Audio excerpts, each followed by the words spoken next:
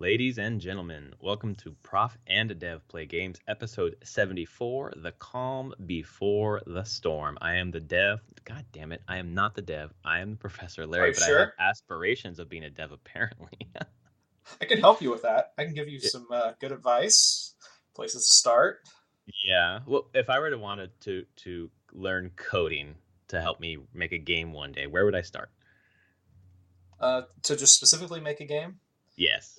just start at there's some basic Unity tutorials on Okay. learning C Sharp for Unity. And that's a great place to start, just to simply make a game. Okay. Well, I If will. you wanted to dive deeper into code, there's other places to start. But Right. that's coming back to gaming in a different direction. I think that I will start that right when my baby's born. I think that's a good Ah, time. good time. I Yeah. mean, you're not going to be sleeping anyway, so Yeah. Right. Exactly. Gotta do you got to something. do something. Well, I am the professor, Larry, at Prof Plays Games, and over there is Anthony the Dev. At Summer Speak, How are you doing? I'm good. It's Yeah, been a relaxing weekend. good. Yeah, Playing some games, chilling at home. yeah, mostly chilling at home. Yeah, playing some games, playing some games with my kids. Um, Obsessing over making an RPG map. Yeah, you put some hours into that, huh? I think I've put about 3 or 4 this week over the weekend, just actually using Photoshop and making a map. I don't know why. I think for a game, since I game every 2 weeks, I think between games I put in about 15 to 20 hours Dang, of that's a actual part-time prep job. to the before the session, just to be prepared. And a good chunk of it's not used, but can be reused later. So, Have you asked them if you can record an episode one time? I record episodes, so I do have episodes recorded. I haven't asked if I can post them. Oh, okay. Gotta get the permission angle. That's cool. Yeah, I don't think we use each other's names. I think we actually use our character names Mm-hmm. for most of it. But I mean, I just have to go through. It's like a 2 hour recording, so I just have Yeah, to go through and scrub it and do right. everything. But if they're cool with it, I think the last one we did, this past Wednesday, was actually like one of our best sessions. Well, I will speak for all of our audience and say that it would be super interesting to hear that. So get that permission, man. Okay, and edit it, And edit it. Yeah, that's gonna be a little because bit hard, I guess. there's some blank space in there where we're Wouldn't be so cool to listen to that. no, you got to edit it a little bit for pace instead of us not bickering but discussing like mechanics or. Right. But it's fun. But between sessions, I spend a lot of time just prepping for the next session, especially on a good session, because I come out of it pretty excited. Yeah. So I'm like, oh, I got to get this all ready. I can see where this can go and kind of lay out a couple different threads and ways I think it can go. And most likely they'll do the thing that I didn't think they would do at all, and I'll have to wing it anyway. So That that's how it goes. that makes sense. So for this episode, we are going to talk about basically we are on the eve of the Nintendo Switch and Zelda Breath of the Wild and Horizon Zero Dawn this next week, and really the next 30 days are just insane for gaming. So we're going to kind of talk about, I don't know, things we've heard or how we avoid spoilers and just our excitement level for these things coming up. And we've got some news about a game that's apparently coming out that leaked today. Apparently, might Yeah, have been apparently. going to Go be ahead. announced in like a week or two. I would imagine this isn't an E3. Well, we'll get to it. Nah, But I imagine how this is too thorough early this for is. E3. This would Right, have come out exactly. soon. Right. So some Nintendo Switch news. We got some news about Irrational, or former Irrational players becoming a new studio. And then we're gonna talk about the games we're playing. Anthony's playing the new Torment Tides of Numenera, I am and we're both still playing Fire Emblem Heroes, which is the game every I played day. the most this week. Every day. You said it would be a week, and it's been so much longer. We'll talk Um, about it when we get to it. Yeah, for sure, for sure. But let's start with the discussion about just the next 7 days: Nintendo Switch, Oh, Breath of the Wild, and Horizon Zero Dawn. So, what have you, what media have you consumed about these things? mostly just little bits of different impression. Well, the Switch, I've watched videos of people using the Switch. Like the UI and stuff. UI, booting it up, showing how the Joy Cons work and how the connection plays. Like, I've watched IGN. Uh, there's this YouTube channel, Dark Pixel Gaming, which Hmm. started showing up for me a lot more, and I've been watching a lot of their videos because they do a lot of JRPG stuff. But they got a Switch, and they're putting up some interesting videos on just their impressions once they got it. And there's been a couple other uh, sources that just a lot of YouTube videos. I haven't really watched anybody play Zelda, Hmm. but just watching, like I'm just curious about what they feel like. How do the controllers feel? How does it like? Does the console itself feel solid and normal, like high quality, low quality? Is it going to break? Is it not? Kind of stuff. Um, that's most of what I've done for the Switch, and then, like I said, no Zelda videos, no Horizon videos. I did, except the latest, the launch trailer for Horizon. Right. Um, Which I feel doesn't really I mean, spoil. it sets tone, which I Yeah. already knew the Right. tone, which was post-apocalyptic, tribal kind of thing. You know what sucks about the media that I've consumed for Horizon? Um, I'm not. That was a rhetorical question. I'm about to tell you the answer. I listen to a bunch of podcasts, and I listen to a lot of the IGN podcasts, and one is Game Scoop. I don't know if you've listened to Game Scoop. No, I haven't listened to that one. It's basically just general game news, and they do like just different theme discussions and 20 questions and things like this. But last week was talking about going through all locations in a certain place that I'm not going to say, and saying what games were set in those places. And when they got to one place, they're like, "Oh yeah, Horizon Zero Dawn set in that place." Oh, And like one person, real world locations. I don't want to spoil it Because for I you. think I actually know a spoiler on that. Because from Oh, okay. long ago, Denver, right? Yeah, exactly. Okay, so Yeah. you know. Okay, That was like from when the very first trailer was ever shown in that game. I right. was So seeing a thread because they were matching shots from the original trailer to actual buildings in Denver. right. So what turned out. So people who didn't know who are listening to our podcast right now are pissed off because we just spoiled it for them as well. I guess I don't know. I mean, Well, that's what people were saying. Like this isn't a spoiler because this came out a year ago. People knew it was set in Colorado a year ago, but I didn't know that. really, So when he said it, and then someone on the panel freaked out, I freaked out too because like, well, that seems like the central mystery. But then everyone like from all the pictures and stuff, you can tell that it's Denver, or you can tell that it's Colorado, and it's like, oh, now that you mention it, yeah, it looks just like Colorado. yeah. I mean, that I figured it was because it's. I mean, I thought read somewhere they said it takes place on like Earth after this apocalypse. So Right. I'm Yeah. like, it's got to take place somewhere. They're Right. probably going to pull from a real place. I don't Yep. know why they chose Denver. I I mean, think just the way being it in the looks. I mean, it's, mountains. yeah, exactly. Mountains plus also some lushness. I don't know. So I might have avoided that, but it doesn't. Spoilers don't really bother me that much, especially if you talk about a game like Legend of Zelda. Like w- Ganon is the big boss. I would actually say because see one of the things back in the day when they didn't have much spoilers playing Wind Waker the first time on the GameCube. Mm-hmm. I guess I'll say spoilers for anybody who hasn't played Wind Waker at this point. But I finally beat it, so I'm with you. whenever you get no, when you get sucked down and you see Hyrule under the water, Right. Yeah, like that's true. that was actually no one had spoiled that. I mean, was playing it for the first time, and I was just like, I was wowed by that because I truly thought this was just had no connection Right. to anything. Like, hey, we're just doing something new. And whenever they go down, and you're like, oh, it's Hyrule Castle, the King of Hyrule, and uh, Zelda, and the whole thing, I was like, oh, I wasn't actually expecting that. So Okay. Yeah, that makes sense. Then so that there are spoilers. I mean, and I think so we don't know much. so they could. I feel like there's places in Zelda they can actually subvert what people expect pretty easily.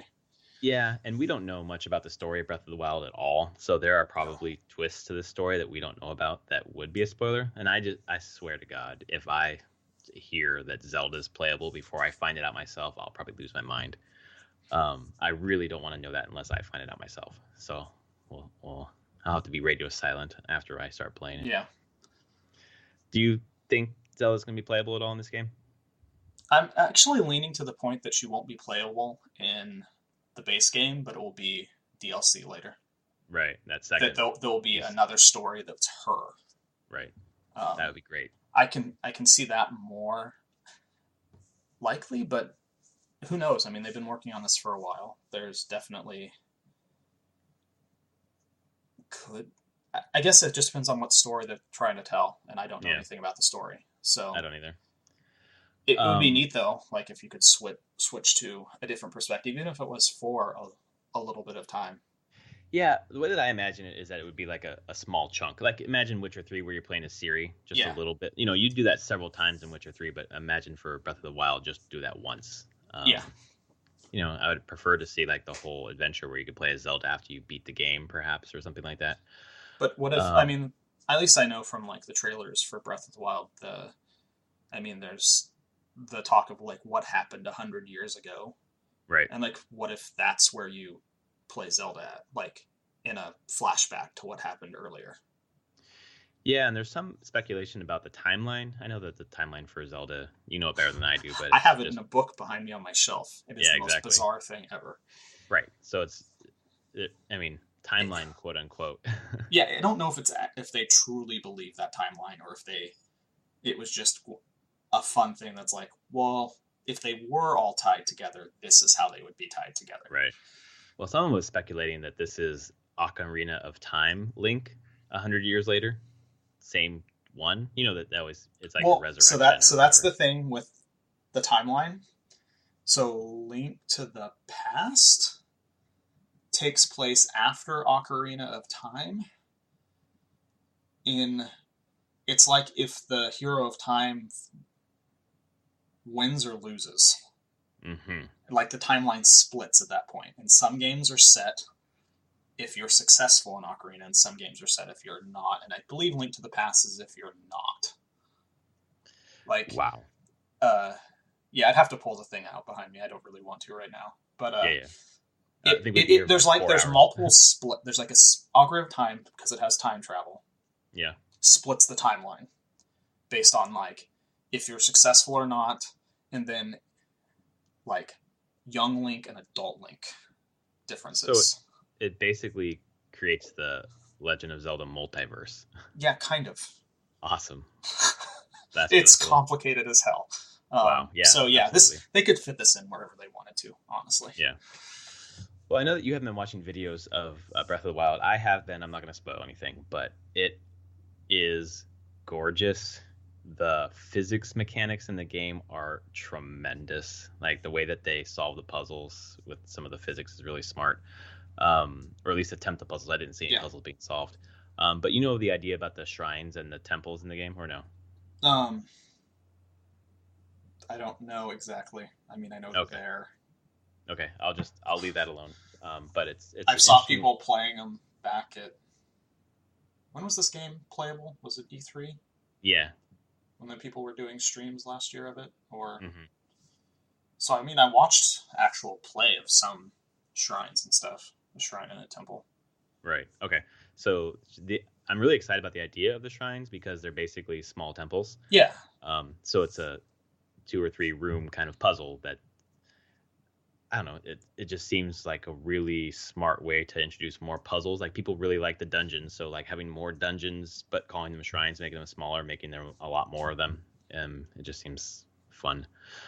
Um, the way that the opening lays out, how you get stuff and advance, which I'm not going to get any more specific than no, that, looks rad, really, really rad. So this just some of the gifts that are running around about based off of streams, like how Link gets away from certain situations or approaches different situations, kind of does things from my experience with Zelda differently. So it looks like a hell of a lot of fun and really smart. And there are yeah. some previews of people who just finished Horizon Zero Dawn and just gave it effusive praise, then played Breath of the Wild and said this makes Horizon Zero Dawn look like a kid's game, which is Which is shocking because that crazy. probably means that it's making all modern day open gaming worlds look like children's games. Right. and that's what's crazy to me is that this game, I think people have been clamoring for kind of a more open world Zelda for a long time. And I know that Link Between Worlds kind of gave us that in a top down, kind of harken Yeah. back to the roots of the series. But for them to like finally step in and say, yeah, we'll take some cues from Far Cry and Witcher 3 and whatever else, and we will just obliterate all of them. Like, that's crazy. Like, I've heard some comparisons to Witcher in terms of some of the way the game's laid out, and it's just, not necessarily the story, but the side quests and things like that. It just sounds freaking rad. And we're on the eve. It comes out on Friday. If I get it on Friday, if it comes release day like Amazon says it will, then just get it. You could do it digitally. Yeah, I could, but I have the physical one pre-ordered, so I wouldn't want to buy it twice. Yeah. I mean, I could if I really couldn't wait a day. We'll see. I'm assuming that it'll come on Saturday, so that I'll be pleasantly surprised if it comes on Friday. Good plan. Yeah, but the preview stuff for the Switch, I watched a ton of like UI stuff. It seemed like there was some issue with the Joy-Con, the left Joy-Con. You hear about that? I have seen the sync issue only with the left. Only with the left, and only when it's detached from the system. So I wonder if when it's attached to the Switch, I think there's some sort of, it's not Bluetooth at that point. It's some sort of like physical connection. Probably, maybe? I would assume. Yeah. So that is a teeny bit worrisome, but I don't know. I'm not really that concerned. We'll see when it comes. And who knows? Maybe that's because they said there's probably going to be a day one update, right? Right. I've seen, so maybe they have a better firmware and fix. I mean, that's the kind of stuff you fix day one. Like, hey, look we've given these out to a bunch of people and they're having a sync issue. Let's figure out what's going on and have that ready for the day one patch. Well, some people are saying that because it's so tiny, actually, like the Bluetooth signal have a hard time going through water, and we're like 70% water, so like it's something with our hands, but it also could be stuff in the environment, other Bluetooth devices or whatever. That's true. So who knows? A little crazy, but I am so surprised how small the Switch looks. Like, oh yeah, it's going to be smaller than I imagined. Like the screen itself is about the size of the Wii U screen. Yeah. And then the rest of the pad is smaller than the Wii U pad, of course. Yeah. I mean, they're holding it up too with the Joy-Cons on the side of the screen. It was about the width and height of a Wii U pad. Right. But so much thinner. Right. So much thinner. And lighter. And it's thinner than the pad, and the pad didn't have the guts of the console in the Wii U. So that's just insane how much tech is packed into that thing. And it looks good. It really, like, from all the videos, it looks really good. It's crazy how it seems like every single YouTuber has a Switch. I know. I was shocked though. I was like, really? This little channel has a Switch? Okay. Right. Yeah, they're trying to market this thing, I guess. And they definitely know their audience. Like, give it to the YouTubers. Like, they and the streamers, they're going to be pushing people more than anybody. So. Well, definitely. I feel like Nintendo's doing maybe their artificial scarcity thing again, where people are really excited to buy this thing, and there's no way to buy it right now because it's all sold out. Supposedly it could go to GameStop. Midnight releases. I saw an article that said like they're doing midnight releases Thursday night, Friday morning, and you can go in there and the stores that are doing it are gonna have a set amount that you can just go in and buy. Wow. Okay. So there will be, if you didn't pre-order, supposedly you can go there, wait in line, get a chance. I hope they do one per customer. Otherwise, they'll just be scalpers buying it. I assume so. Yeah.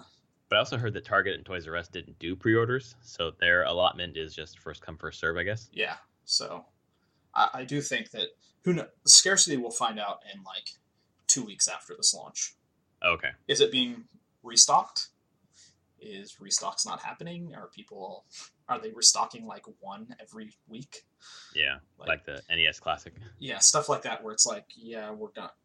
That's when you know you're gonna have scarcity. But I just keep imagining that they won't restock until fall with Mario, and that just seems dumb to me. No, they'll keep it. That doesn't make sense.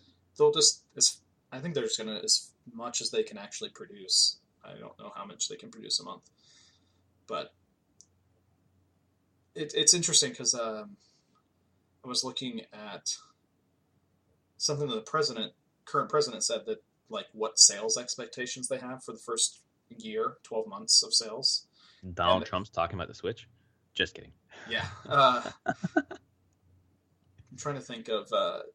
So this is for North America only. They're expecting it will be a success for them if they can sell like right around 2.5 million units in a year in North America. That seems like an easy get. Which is what the Wii sold. In their first year? Yeah. Okay. I think it's going to outsell the Wii. Wait, that's what the Wii, not the Wii U. You mean the Wii? The Wii sold. Okay. And that's only North America. And the Wii would have sold more if they had more supply, I think.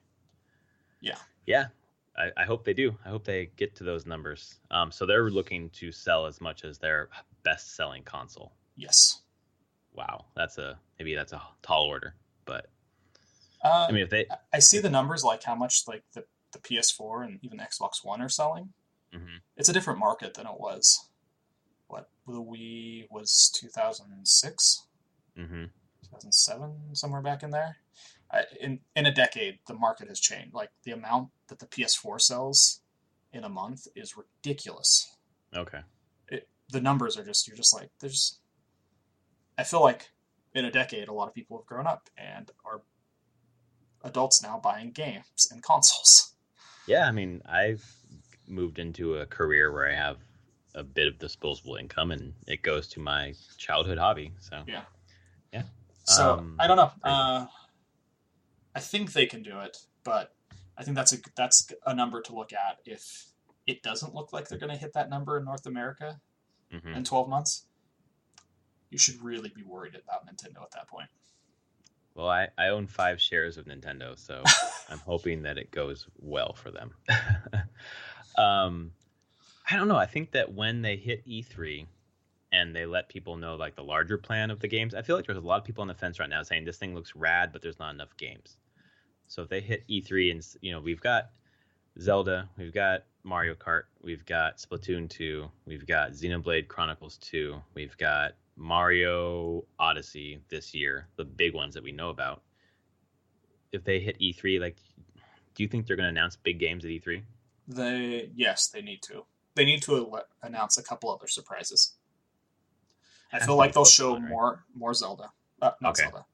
They'll probably show Zelda DLC. The DLC, right? And then they'll show more Mario Odyssey, for sure. And maybe a couple things of these other properties that they show, like snippets of leading up to the launch. Yeah. But they need to have a couple more surprises to just get more exciting. Like Pokemon's a good one. Yeah, I imagine Pokemon, Animal Crossing maybe. Animal Crossing would be a really good one. Yeah, I think Pokemon, Animal Crossing, and maybe fingers crossed a Metroid. It's not. Although that's not a big seller. Just forget about it. Metroid's dead. You heard it here first. It's dead. All right, Metroid. I have to create my own reality where it's dead, so I don't get sad that I don't get a new Metroid anytime. Yeah, that makes sense. You're left with Other M and Federation Force. No. Yeah, sorry, man. That sucks. There wasn't a Zelda game after Super Metroid. What are you talking about? There wasn't a Zelda game after Super Metroid? Metroid game. There sure was. Yes, there was. A Metroid game after Super Metroid. Or, I guess Metroid Prime. You didn't like Prime? Yeah. No, I liked Prime. I didn't like the other two as much, though. Yeah. But it's a forlorn series. If it's not called Fire Emblem, it's not getting a lot of attention lately. Right now, randomly. Yeah, weird. That's also a title coming to the Switch. I forgot about that one. Yeah. The Fire Emblem Heroes. Yep. No, not Heroes. What's it called? Heroes is Warriors. The fucking thing we're both playing. Warriors. Thank you. Yeah. Ugh. We're getting all our names confused. It's fine. Whatever. Holy hell. Well, there's so many we Fire Emblem. We don't know any games. What are we talking about? Why are we even talking about this? I know. Why did we decide to have a podcast about games? What the fuck do we know? I forget what even that one coming to 3DS this May. For the Fire Emblem? Yeah, it's the remake of the... the remake of Gaiden. Yeah. I don't know what it's called what they're naming it now. But yeah, I can't remember. It looks weird, but Yeah. it's Fire Emblem, so I'm all in. What other Jeez. news from this? No virtual console. Yeah. That's a big. So that's one where I'm like, Nintendo, pull your shit together. Like, announce something on this. Like, okay, it won't have it at launch, but what will it be? When will it be there? I can't. I can believe it because it's Nintendo, but I just come on. I mean, it happened with the Wii U too, where there was no virtual console with launch, and then eventually it got like an anemic release schedule. Like they would, oh, we're gonna do N64 games now, and there's like one game this week and 3 games in 3 months, and there's no set schedule, and it's just haphazard, and it just doesn't seem like there's a plan. Like, it could be such a good selling point for the Switch. Like, play old games on this thing. You see how much the NES Classic sells, so just let people buy the games. Right. And maybe they're saying it can emulate NES games. Trust me, it can emulate SNES games with no issue. I'm sure. Just let it. Are they holding these things back for future mini consoles like the NES Classic? Like, there's got to be. I doubt it. I don't think those are making enough money to. Yeah. To really, you want to distract from your flagship kind of thing. Well, and you can have the chance to sell it twice. Like, exactly. That's just, it's weird. I'm like, why? I can see if they didn't have GameCube games or Wii games, even N64. I'm like, fine. It's trivial to emulate NES and SNES games. Right. Just do it. Yeah, I hope it's coming. I'm sick and tired of we have nothing to announce at this time when, like, there's just money on the table and we want this. We've been saying it for a long time. You said for a long time GameCube games would come to the Wii U and they never did. So it's frustrating. Yeah. But some good news on the launch front is the Treasure Trove, the Shovel Knight Treasure Trove is launching day and date with the Switch, and actually the Spectre of Torment is coming out. That new one with I think it's Plague Knight. No, not Plague Knight. That was the last one. Who is the lead in this new DLC? I'm forgetting. Anyway, it's launching first on the Switch. Okay. For $9.99. So you basically get. It's basically the campaign again with a different character. They're gonna make a bunch of money off that. That's such a good deal for them. I'm buying it for the third time. Yeah, you're just like, hey, $10 and you have another game for that console you just bought where you want games. That's right. Oh god, and that developer's gonna make so much money off this. So you can pay $25 to basically get Treasure Trove, which is all of the DLC so far plus the original game, and then you'll get the next one, which is the Night. That's King. So good for them. Night King or King Knight, I can't remember. You've played Shovel Knight, right? I haven't. What? No, I haven't. I've seen it played. I played it at PAX a couple times. Oh, okay. Dude, I mean, yeah. I mean, it's seems like a game you would like. There's a lot of games I would like. I don't have the time to play this game. So many games. Yeah, it's true. Well, this one has body swap where you're able to play as, I think it's as a female version. I think it's the Red Knight or something like that. I can't remember. But yeah, so that's a launch title. And also Snipper Clips they announced is a launch title, which honestly, outside of Zelda, is the game I'm most excited about. Snipper Clips is just this really fun puzzle game where you're two little avatars cutting each other up to fulfill some sort of puzzle, to beat a puzzle. And this is a game that I would definitely play with my wife. Yeah. Which my wife calls the Switch the Squish. Of course she does. She's like, when's the Squish coming? And she's not doing that to joke around and give you a hard time. No, well now she is. Okay. But originally she thought it was called the Squish, so she just stuck with it. Yeah, so that's Nintendo Squish. The Nintendo Squish. So excited about Snipper Clips to play with my wife, and just looks like a fun party game. So it does. I did watch a couple of videos of it, so it's something. Yeah, there's Fast Racing RMX or Remix or whatever. There's Shovel Knight. There's Snipper Clips. There's Zelda. There's Bomberman. There's 1-2 Switch, which I'm like morbidly curious about that game. I might pick it up when you come down here so that we can play through it. But I haven't decided. That's the price I must pay. Yeah, I haven't decided. We'll see. But I know. Oh, and I Am Setsuna is also a launch title. Oh, that's good. Yeah, which I think I'll probably pick that up for the Also, Switch. very good on that dev for getting it out at launch. Yeah. Anyone who's getting their game out on launch, they're going to make some money Yeah, because it's kind of a desert after Zelda. So, yeah. um, yeah, one game that's probably not coming to the Switch, but it's a game that you can pick up right now is Super Meat Boy for Steam, and the code is DN43J TWGYLAIGHB. So have fun with Super Meat Boy for Steam. This is all from the Freedom Bundle that I bought, which was a stupid great value, It really and was. it gave money to the ACLU. So and Doctors Human Without Borders and International Refugee Council, I think was the other yeah, one. it was a three. It was really good. They made a Yeah. buttload of money for that. Ooh, 6 point X million. So yeah. Go them. Yep. And go Excellent. the devs that donated games to it. Yeah. No, they just wanted to be part of it, even though the Witness alone was worth that much money, Yeah. and I gave that to you. So there you go. Yeah. Anything else? Oh, you know what? We didn't actually get into Horizon Zero Dawn that much. We talked about the setting. So how are you buying this game? Are you buying this game or are you waiting? No, I'm getting it. It should be delivered Tuesday. Okay. Physical. Actually, I should check Amazon right now. So while you're doing that, I'll vamp a little bit. I ordered the deluxe digital version because I was finally sold on it. And I figured I wanted it digital. So I get to play it tomorrow night at 9. Which is freaking awesome. I cannot wait. I was thinking about, when like something big is coming out and you're kind of can't wait. Yeah. And the Switch is in a week and I kind of can't wait, but I'm like, well, Tuesday or actually Monday, I get to play Horizon Zero Dawn. That'll tide me over game-wise until Friday. And a couple other good things are happening this week, so it's just good thing after good thing to get to the really, really good thing.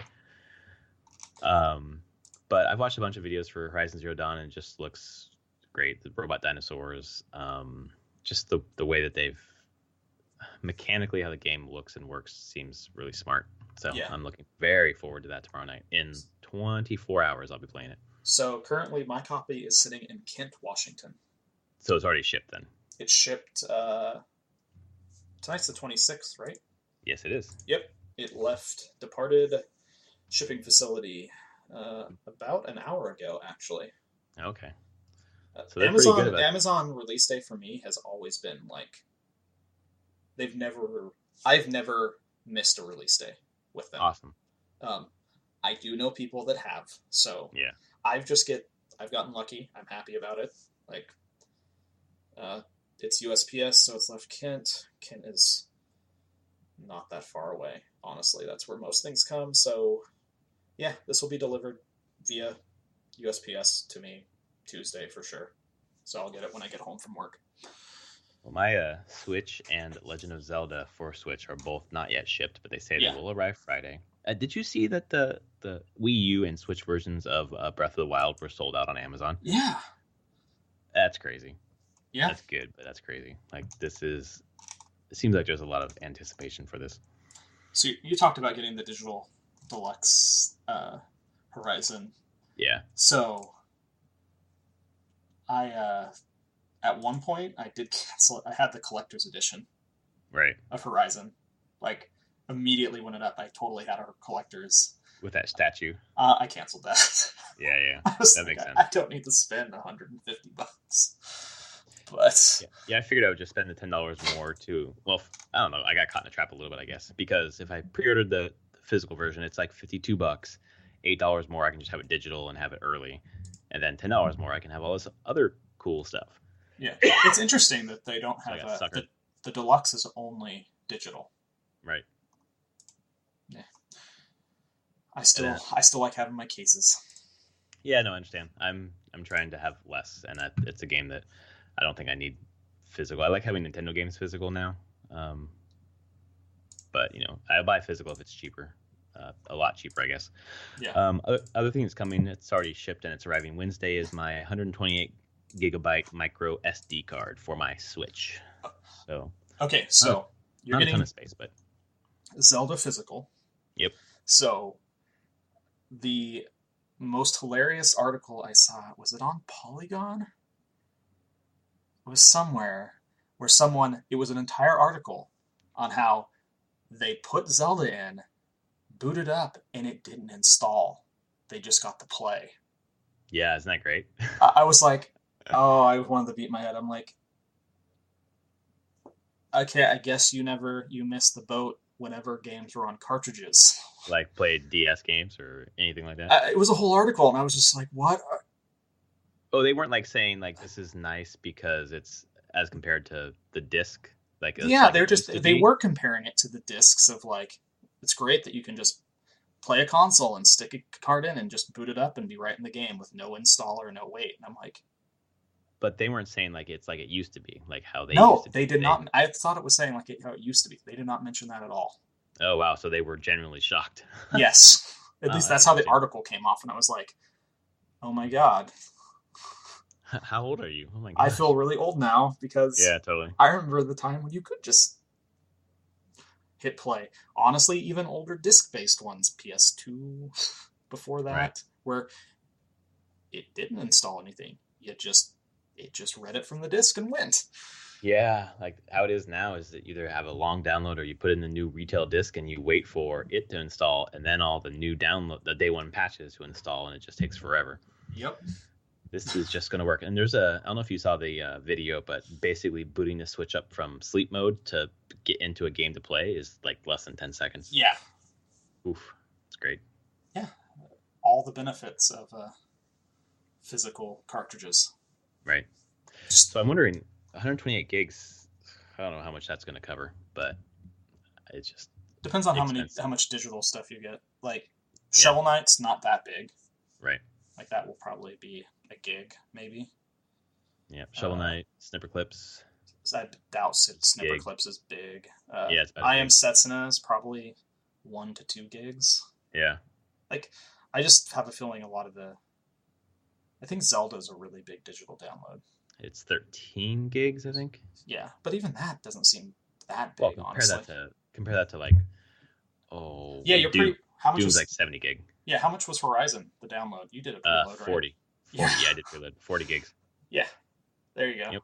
Yep. 40 versus 13. Crazy. Ooh, cannot wait to play Horizon. You know what? You know when you preload and it has like the countdown timer. Yeah. It also has a countdown timer for the deluxe edition theme. I can't even install the theme until the timer goes up, which is a little weird.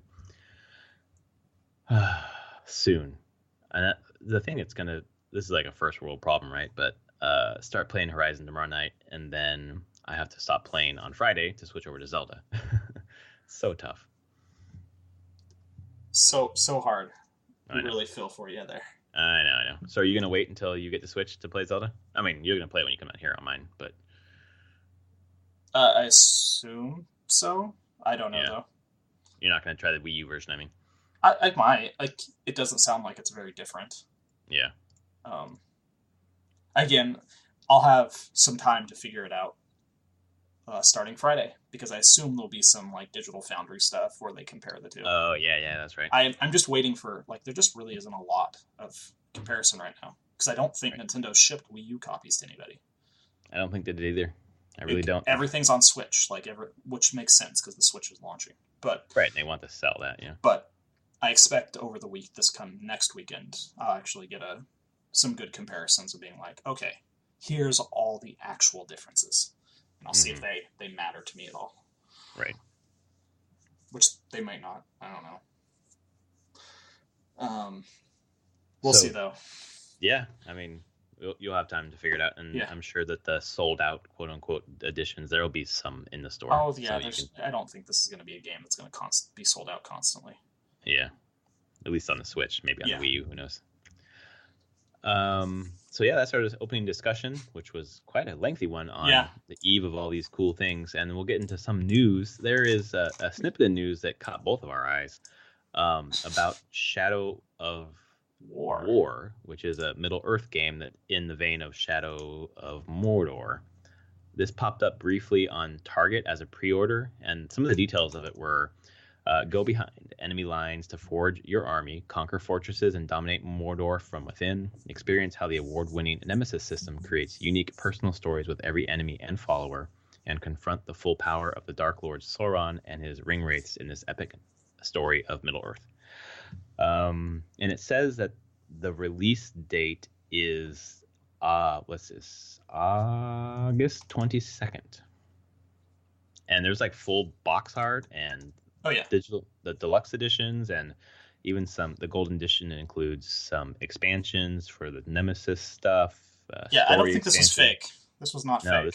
This looks too real to be fake. And so what happened here? So supposedly Warner Brothers was going to have an announcement on March 8th.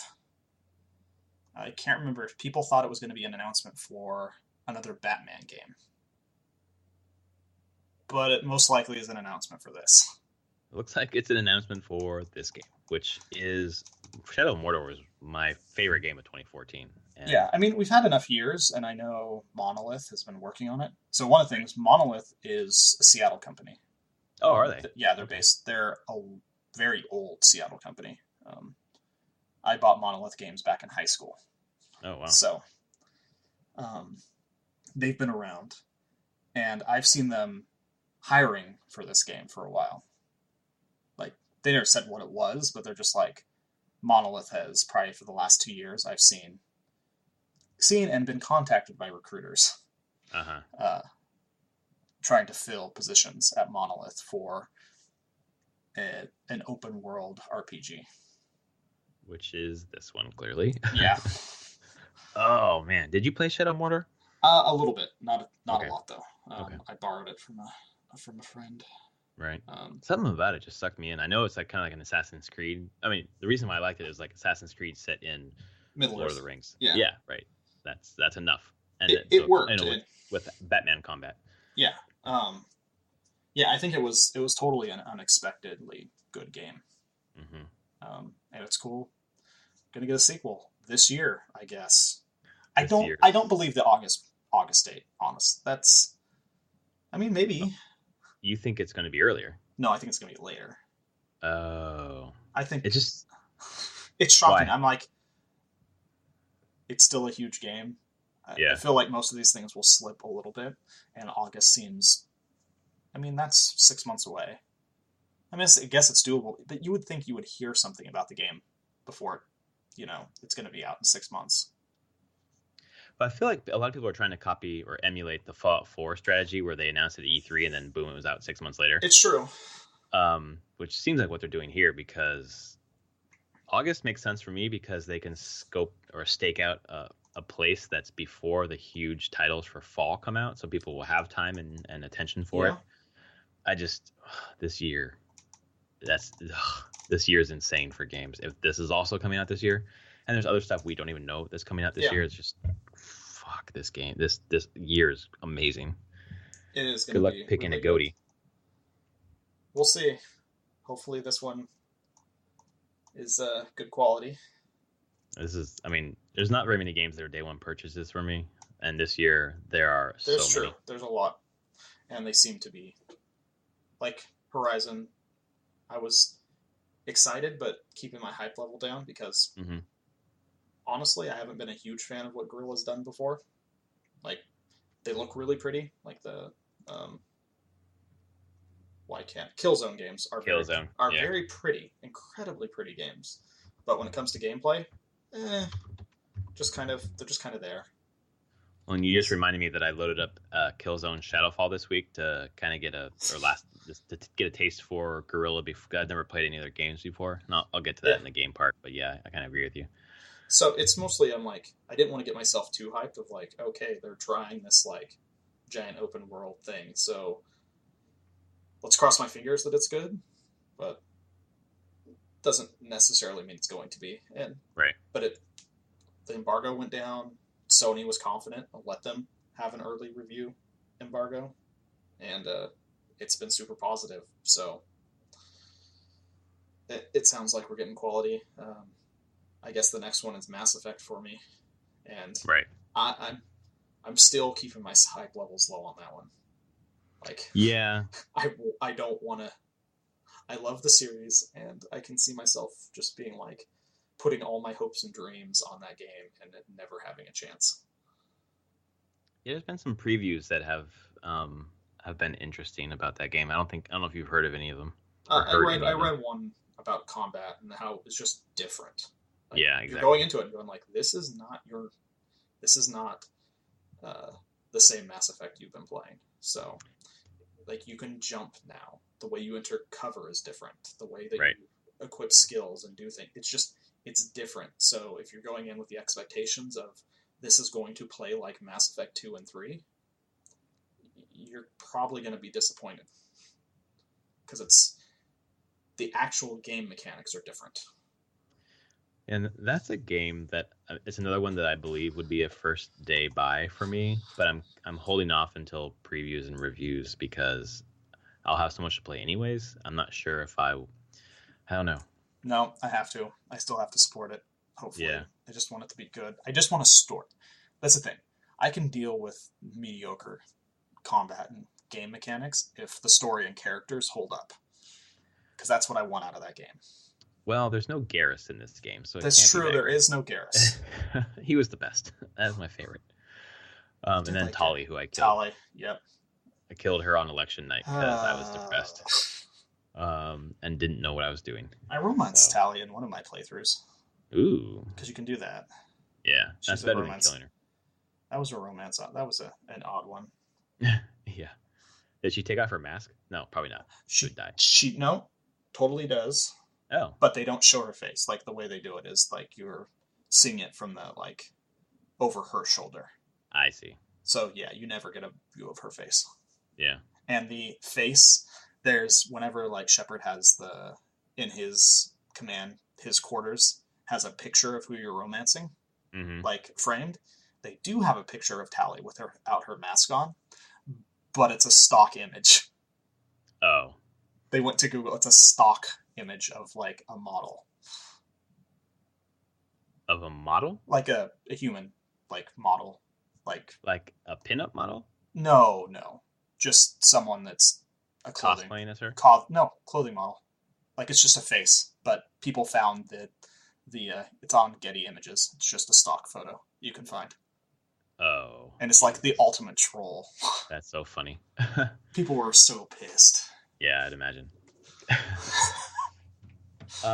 This next piece of news about Irrational and Ghost Story, I'll have you Yeah. take because I don't know much about it. So, I mean, Irrational is a company I've followed for a very long time. In a couple of years ago, they basically disbanded, shut down, and their head of them, Ken Levine, basically formed. He kept on calling it kind of Irrational, but started a new small team inside of 2K. Now that has actually been changed its name. There's no more Irrational. There's only Ghost Story games now. So, and it is it says mentions 25 people. So super small, making something inside 2K. I actually think this is in preemptive, so they're going to show it at E3. Maybe just behind closed doors and some like press previews, but I have a feeling this is all getting their ducks in a row for an E3 presentation to actual people. Mm-hmm. Because GDC is next week, so 3 years ago, the last time I went to GDC, I saw Ken Levine talking about whatever game he's working on now. He didn't have a game at that moment. He was working on like procedurally generated, like story-driven games. It was an interesting, like, I don't know if that GDC talks there, but it's like ways that you could basically make procedural story, like really strong procedural story, to the point that you would expect out of like a BioShock game, but it being done on the fly. And every time you decide I'm going to play this game, you will get a different story-ish. Man, that would be amazing. I would love that. So, I mean, it was a high level, like, can this be done? What needs to be done? Right. He has a background in screenwriting and writing, so more power to him if he's figured it out. I'm pretty sure that the game that they're working on is building on those ideas. So, We'll see. Well, you just got me excited because I wasn't very interested, but It's now going to I be am. different. Yeah. Um, I mean, what do you expect from the guy that's built some of the most well-regarded stories in games? So, System Shock 2, Bioshock. Shock. Yeah. Yeah. So he's a person that's very interested in the craft of writing and what writing in games can be. So it might work, it might fail, but he's going to try something. It's going to be a little different. So Right. I'm excited. So Ghost Story Games. I bet we'll be hearing about that in a couple months. E3 is shaping up to be probably a pretty significant one. Yes. It looks like there's a lot of good stuff coming. And there's probably some stuff coming from Bethesda. And Todd Howard says they've got 3 games cooking right now. That's insane. Yeah. Whew. And one, he says, is bigger than anything they've ever done before, which is crazy because Fallout games are huge. I bet it's another Elder Scroll. Oh, yeah, okay. I'm almost certain it's time for another Elder Scroll. So we've got Fallout. Mm-hmm. One of these is almost certainly a new Elder Scrolls game. Yeah, because they say they've got 2 classic Bethesda games and then 1 new mobile game. I assume the new mobile game is built off of Elder Scrolls somehow. Yeah, because I mean they already have the Fallout Shelter thing. Yeah, and that's done really well for them. So I can only imagine that they want to do something in Elder Scrolls of similar vein. It's crazy. He still won't say whether the Elder Scrolls Skyrim that's coming to Switch is like the new one or the original one, and I imagine they can't call it the special edition if there's no mod support. Maybe there's probably something like that. There's probably some weird marketing reason, legal reason why they have to be choosy about their words. It's like the Switch edition or something like that. So who knows? But so. Got any predictions on when one of these will be announced? E3, and it'll come out in the fall. Do you? That's my prediction, just because of how successful the Fallout was. And I don't think it's going to be Elder Scrolls at all. I think it'll be something else. Just something else, right? This E3. I think it would be. I don't know if. No, that wouldn't count. Like the Machine Games Wolfenstein game is not this one. No, they just put out Dishonored again. They're publishing it, not. That's right. Not developing it. Yeah, because Arcane Studios did Dishonored, and Arcane's also doing Prey, which is out in May. Yeah. So I agree. It's Elder Scrolls and something else. They're going to announce something at E3 and have it out in the fall. That's my assumption, even if it's just something they're publishing. And my guess would be the Wolfenstein new one. I can see that. Yeah. Last piece of news is about PSVR, and Andrew House said that PSVR has sold 915,000 headsets as of February 19th, which is 4 months of being on sale, which is Rift sold about 240 and Vive sold about 450. So, wow. Yeah, I mean, it's definitely it's did exactly what I expect. It's the easiest one to use for consumers. Right. So, I still don't know if these numbers are actually good enough for VR overall. Right. Valve recently had a thing like 2 weeks ago. Someone asked what happens if VR doesn't take off or all the Valve's work into VR is for nothing? And Valve was like, it doesn't matter. VR can come and go. It doesn't matter how much all the money that we spent on VR. We'll be fine. Damn. That was Gabe. That's me paraphrasing Gabe Newell, but basically was like, yeah, we make billions of dollars a year on Steam. It doesn't matter if this is successful to us. That's also why we're not making Half-Life 3, because we don't need to make games anymore. Which was fair. I was like, okay, good to know. But I agree with you, though. I just don't feel like VR has much mind to share right now. Even though it sold almost 1 million copies, like, I don't hear many people talking about VR games or. No, I see it every once in a while because I have friends that have VR sets, but they're not constantly using them. It's just every once in a while. Like I knew one that did Resident Evil 7 in VR. Right. They I played that for an hour and I'm never doing that again because they were like that was disturbing. Yeah. So I'm like, yep. But clearly they don't do it all the time. Like there's just little events where they're like, okay, I'll play VR now. Yeah, I'm really glad that I didn't um, Yeah, get get the the VR because we both had pre-ordered it and we yeah both canceled it. Because I feel like it would be a novelty thing that I play every once in a while, but for $600, like, no, that's too much for a novelty thing. yeah. It was cool when I used it, like definitely cool, but I don't, especially with a kid coming, I don't want to be locked into a Yeah, VR I just don't headset. think it's not there. I mean, this is first gen, so we'll see how long it takes. But there are really good applications for VR. It's just not at like normal consumer level yet. Right. Like, doesn't have that draw. I would totally use it for actual like some real world applications like architecture. Oh my god, It's being just able to like tourism for design me. out tourism, like there's all sorts of like the thing where we're looking at Google Maps at my house Hmm. using it, like Yeah.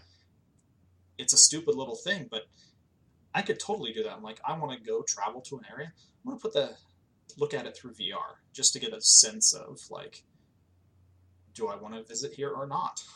And um, also the idea of like going to events, like going to yeah, concerts or like PlayStation Experience or whatever, yep, like through VR. yeah, I mean Just there's that applications for it where it's interesting, but not uh, enough yet for the general it's not there consumer. yet. Yeah, I don't need to play basketball in VR. It was fun when I did it Yeah. at PSX, but it's not something that I need. But speaking of games that we need, we've both been playing quite a few things in the past week. I'll go first. Okay. I played a bunch of Orwell. I'm now 3 episodes in. I have two more to go. So how many hours did it take to get through three? 2.3. Really? Yeah, Episodes must be short. they are short. Okay. I think they're all about four. I think you could, let's say 45 minutes So per it's like episode. chapters more than anything. That's right. So now I have some preliminary thoughts about the game, basically in terms of like how much what you do matters and how well the game lets you know that what you're doing is going to matter. Have some concerns about that, but it's interesting. I'm getting more into it. After the first episode, I wasn't super excited about it, but after episode 3, I see what they're doing and I have a bit more agency. I feel over what's happening. Interesting. Um, but it's you haven't started yet, right? No, I'm gonna start it this week. Okay, yeah, because we're talking about it next Yep. week, our Yep. discussion. But yeah, like most of our video game book club selections, I think we aim for like a 4 hour experience. Yeah. Um, so it's something you could do in one sitting. You're crazy. I can't do that. Um, but it's so tech. This one's so text dense, and the way that you interact with it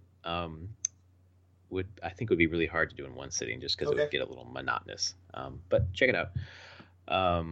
So two more to go, and will figure out when I have time to get those two done when I'm trying to play Horizon and Zelda. Oh, I know. Ugh. But also picked up Titanfall 2 this week digitally. You may have seen that the PlayStation's doing their spend 100 get $15 back promotion. Okay. So I actually needed to re-up my PlayStation Plus, so that put Oh. me at 60, and I was like, well, I only need 40 more to get that 15, so I'll pick up a couple games. So I picked up Titanfall 2, picked up some Rocket League stuff and a theme, and I think one more game, and continued playing the campaign because I got halfway through it when I rented it. Yeah. Um, it's better than it was the first time. I had to restart. I like it, except for there's one level that I really didn't like when I rented it, and I turned it off before the end. Um, and then I came back to it, and I thought I'd be close to the end with the save file, but I had to start the whole thing over again. Oh, And it's basically fun. like, yeah, you're like in a factory, and it's like this traversal puzzle trying to get through this weird factory making prefab homes or whatever, and you're in your Titan and out of your Titan, solving puzzles and shooting and whatever. And I, for some reason, couldn't get through it, and then I did this time, and I realized why. when I was Oh.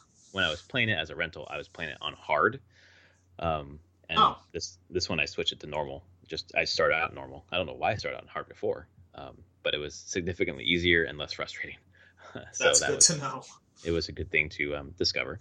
But there's a lot more content coming out for it, and once I got past that level, I actually quite enjoy it, and I know that there's an ending that's this really weird twist that I'm looking forward to getting to. So it was $23, and I was kind of waiting for it to hit 20, so that Yeah. was close enough. I did the beta for Ghost Recon Wildlands, which is like a 4-player co-op kind of open world military shooter. It's fun. I don't know what to say. I was not expect. It was free to try out, so I Yeah. figured I would. And the way that you can kind of I don't know, move through it is open world, so you Yeah. have these missions. I mean, I guess I haven't really seen an open world game where you are doing like a imagine like Call of Duty but open world. Okay. That's kind of what it is. But you have a squad of 4, and you can kind of use a drone to kind of scope out the enemies, and then set your guys to attack different enemies, and then you kind of hit go, and they attack when you attack, and you all like basically like mass execute people at the same time to kind of move through this base or whatever. So some interesting mechanics.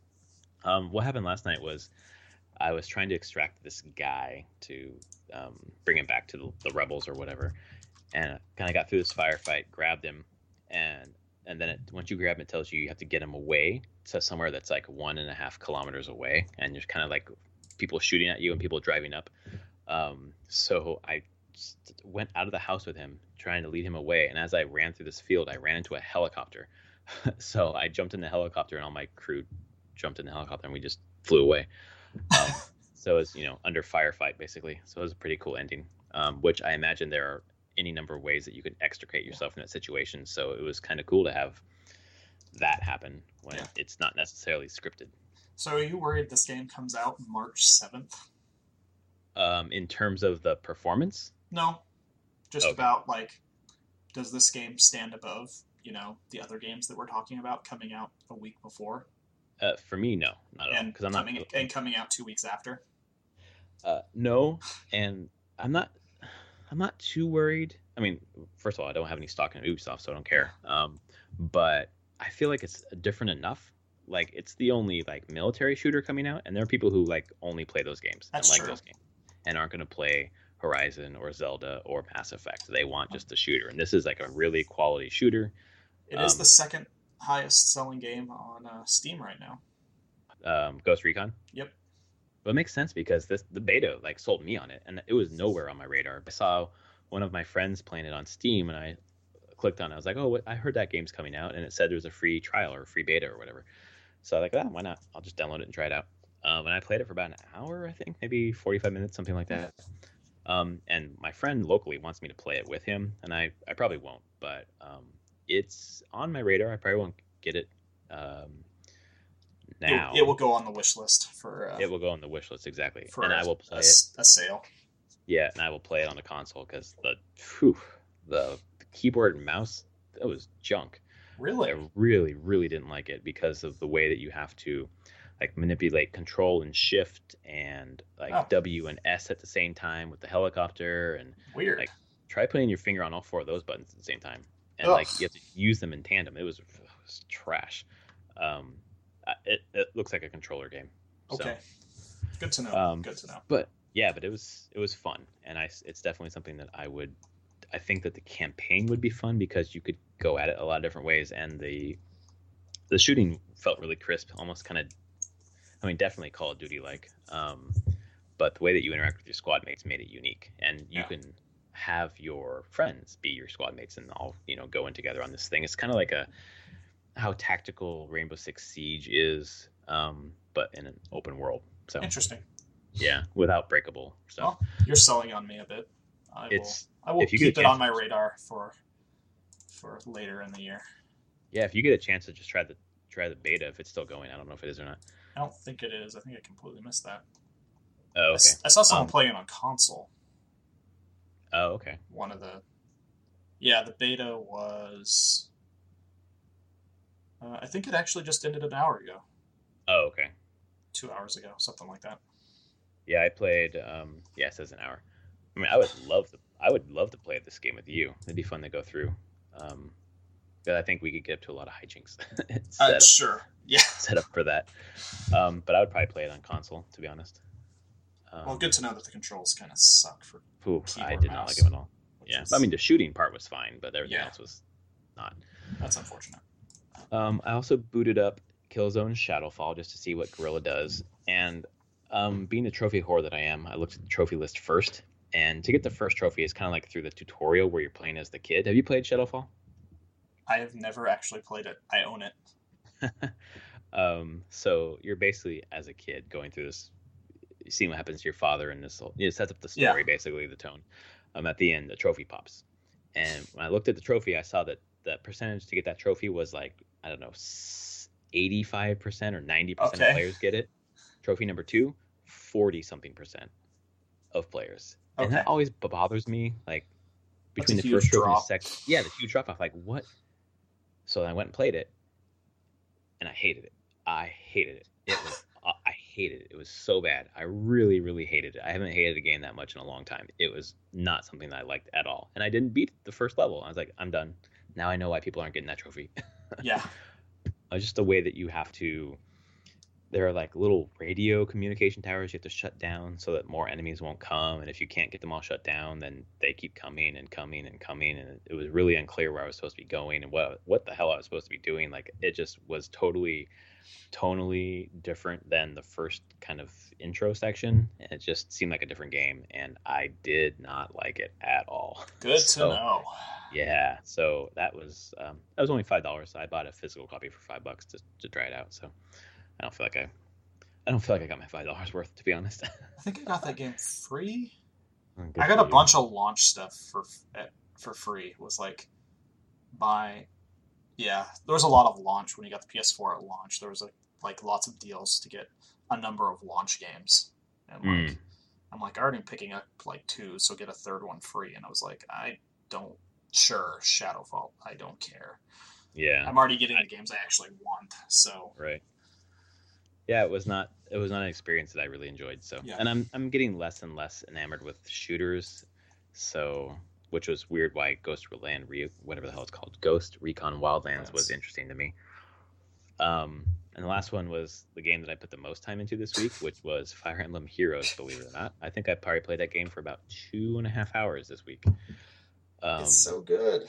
it is so good, and I was trying like mad to get the new Robin. Oh Uh, god, the I got the first one, of course. The level 15 25. is the 25 the first one that you. Yeah, 25 and then 35. I can't do the 35. I just get I my couldn't even do the ass 25. kicked. Oh, I got the 25. I couldn't even do that one. Got My my characters aren't high enough level. okay. Yeah, And that's why I spent most of my time trying to level it up high enough. But I have a healer who I got late in the game, so she's significantly less than the other ones, and I can't get her high enough. She dies, and once one yeah, person dies, you wipe. So yep. I'm. I don't have a good healer. That's. I've been looking for one. I just don't. I well, have some apparently really. neither do I. I have some really crap, like 2-star. 2-star. Yeah, I have like two-star healers, which I don't really want to level up. Well, this one's she's a 4 star. Um, everyone in my party is 5 star or 4 star, so she's a 4 star and to level 21, and the rest of them are 25, 26, Yeah, 27. you just So basically. I've had to do that because I've had some lower level characters coming in that I want mhm, to raise up, and you just go back and play lower level training, and yeah, you just let them get the killing blow. right. So it takes work, but Right, and that's why I spent a lot of time doing this. And I was going through like training level 5 and yeah, 4, trying to get her up, and doing it. That gets boring after a while. So I did a bunch of other stuff too. But even if I don't, part of me is like, "God, I want to collect all these because I don't know when I'm gonna get a chance to get this particular Robin again." And I'm like, it doesn't matter that much. Just let it go. yeah, Otherwise, if I try to collect everything, I will never stop, and I think that's a bad thing. So, yeah, and there's never going to be a stop to content in this game. no, clearly, So because there's always new stuff. yes, Even those paralogs that they don't even, or those special events that they haven't even really announced, they just show up, yep. which is great. It makes me check it every single day. I've Uh, never played this much of a mobile game ever. yeah, you talking about like I don't know. I'm kind of hitting with my guys. So I'll say that once you hit 30, the leveling slows a ton. Oh, okay. Um, and like my guys are sitting around like two level 36, one level 35, one level 34, and it it's getting to the point where I see like when I'm playing arenas, it's getting to that point where I have the bad taste in my mouth of like, oh, I'm just going to lose because these people have spent more money than me because they have a team of all 5 stars. Right. So I'm like, okay. I'm hitting that threshold of like, okay, this is where the paywall is, honestly. So leveling up's getting really slow. I'm kind of feeling like that there's no way I can get that Robin, the 35 Robin. Right. I just don't have the right characters to do it, and not even leveled up. I just don't have the right characters to accomplish that. And I'm like, the only way I'm going to get enough of those characters is this is where I might see it in my head, like, oh, they want you to buy orbs to get more characters, and then fast level them, do all that stuff. So, right. Basically, I enjoy it, but I'm starting to see the behind the curtain a little bit. So, and that's probably where you're going to start to fall off. Yeah, that's always doesn't. I was in it for too long. It leaves a bad taste in my mouth. Yeah, right. But it's held you longer than you or I thought it would. I still check in every day and do my arena battles and do some trainings and look to see if they have any new exciting things, new missions, new quests, paralogs, anything like that. But we'll see how it holds up overall. Right. Yeah. So what else are you playing?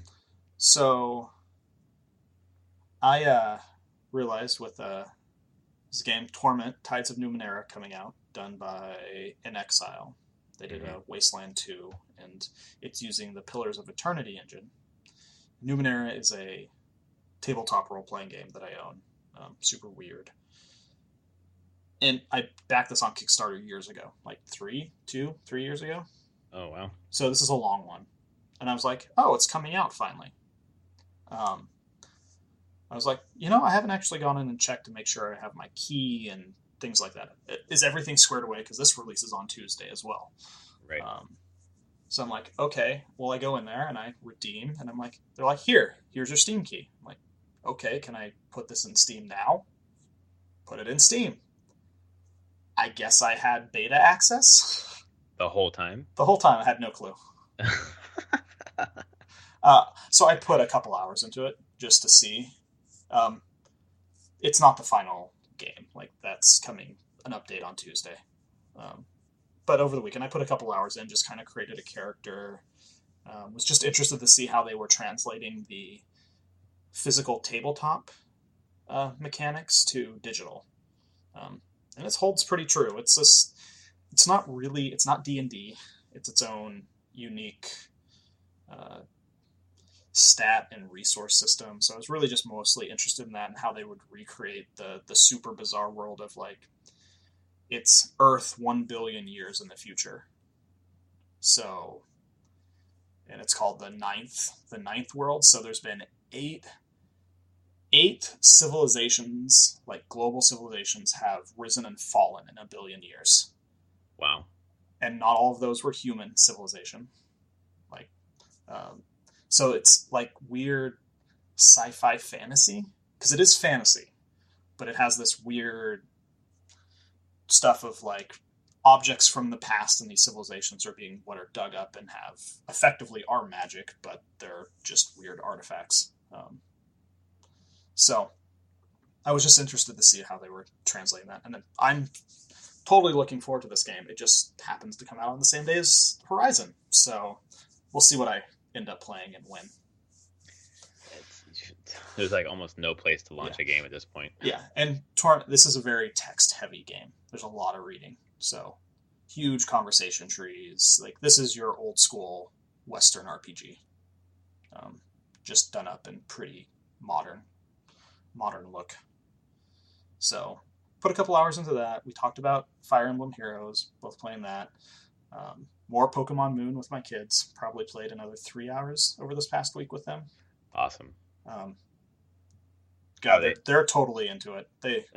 We're pushing the story, but and that my daughter, when I'm playing, there's a little icon next to when you're battling a Pokemon, if you've captured one before or not, if you've registered it into your Pokedex, and she notices that thing immediately. She's like, "You haven't caught this. You should catch it, catch it, catch it, catch it. She gets so excited. That's so rad.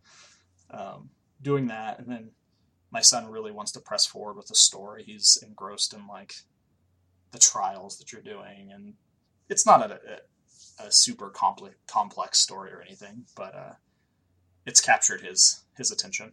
So that's the whole point of a story, man. If it captures your attention, that's good enough. Yeah.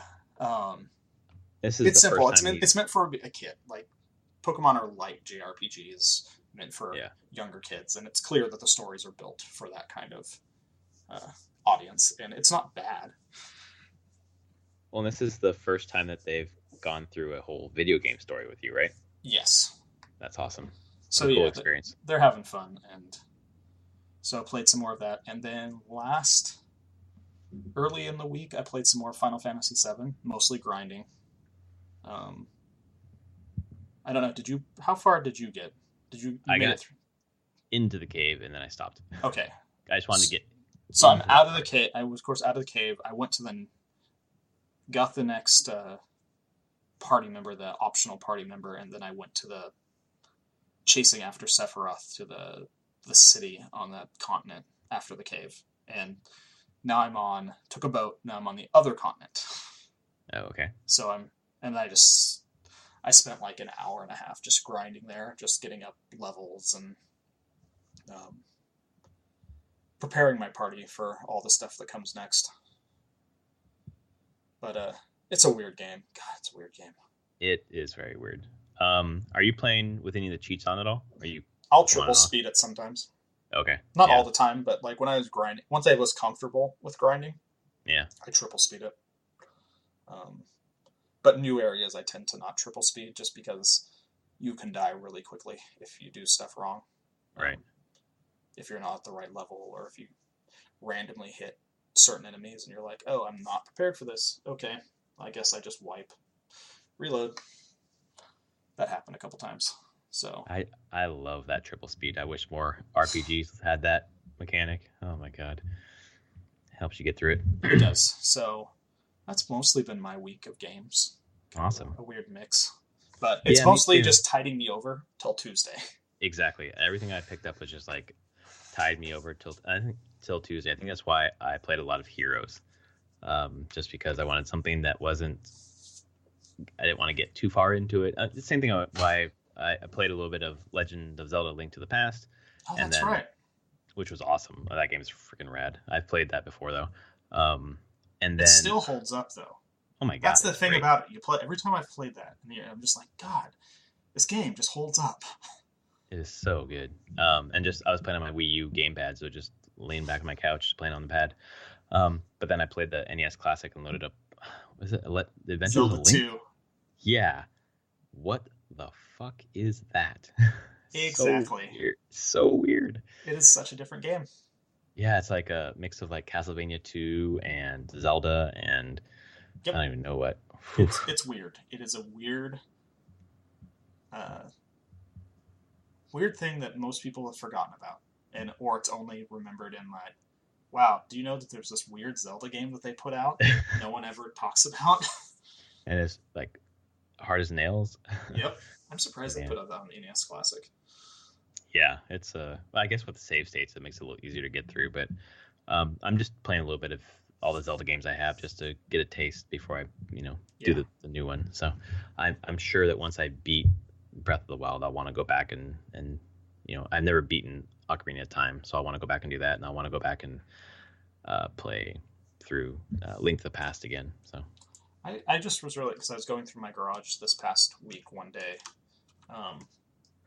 and I found my GameCube. It's still out there. I should. Oh, nice. But I have Ocarina of Time for the GameCube. What? I thought it was only on 64. No, they made this special edition thing. I don't remember how I got it. I'll link you It was a 2-disc set, and it had Ocarina of Time and the Ocarina of Time Master Quest. I've never played it. It's sitting in a box. What? That's weird. And I was like, I saw it. I was like, I think I should check this out. plug everything back in. I could just plug my Wii in, honestly, and play the GameCube Right. stuff on there. Right.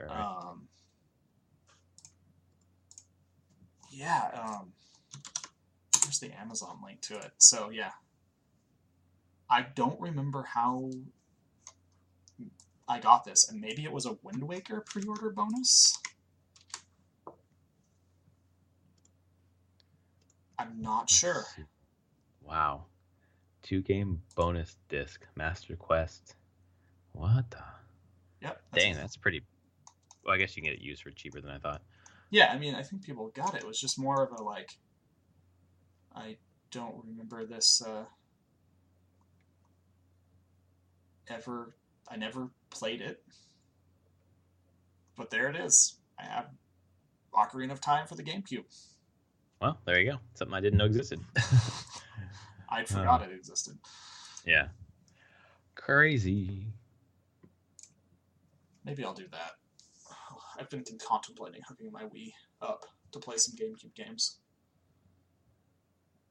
I've never played a GameCube. I'm hoping that Virtual Console is a thing so I can play Mario Sunshine. I know I can play it like emulation, but I'm holding out hope that there's like a GameCube Joy-Con thing in the works. That would be great. It'd be awesome. Maybe. Come on, Nintendo, do some. Don't screw up this launch, please. So. I don't know. It seems good. It really does.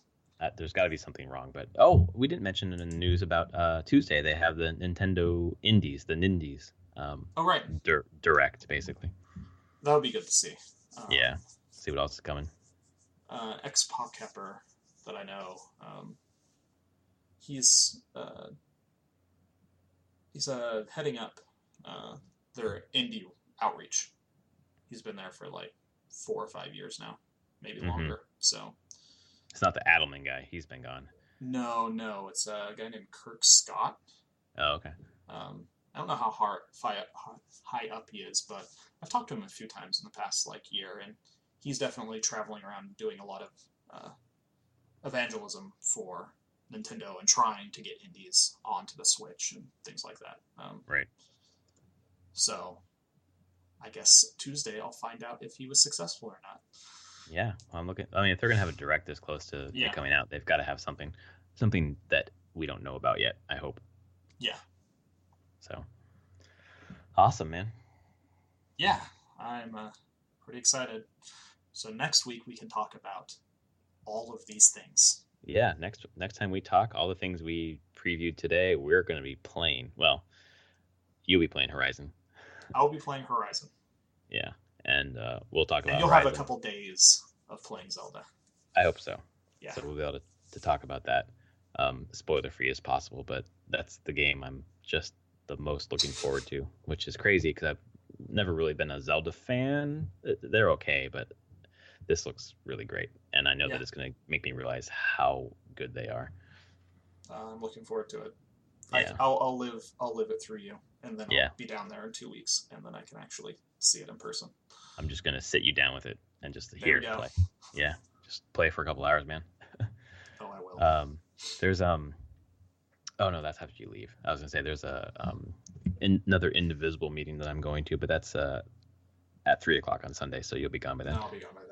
Yeah, I was like, you can just come with me and play it. No, yeah, it'll be great. I'm hoping that you'll have time to.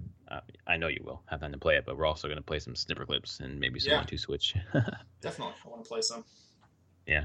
All right, man. Well, thanks for the podcast tonight. Thanks for your time. You. We'll talk to everyone next week with the Switch in my hands. Exciting. So, yeah, I'm at Prof Plays Games. He's at Summer Speak, and thanks so much for being here tonight. Good night, everyone. Night, folks.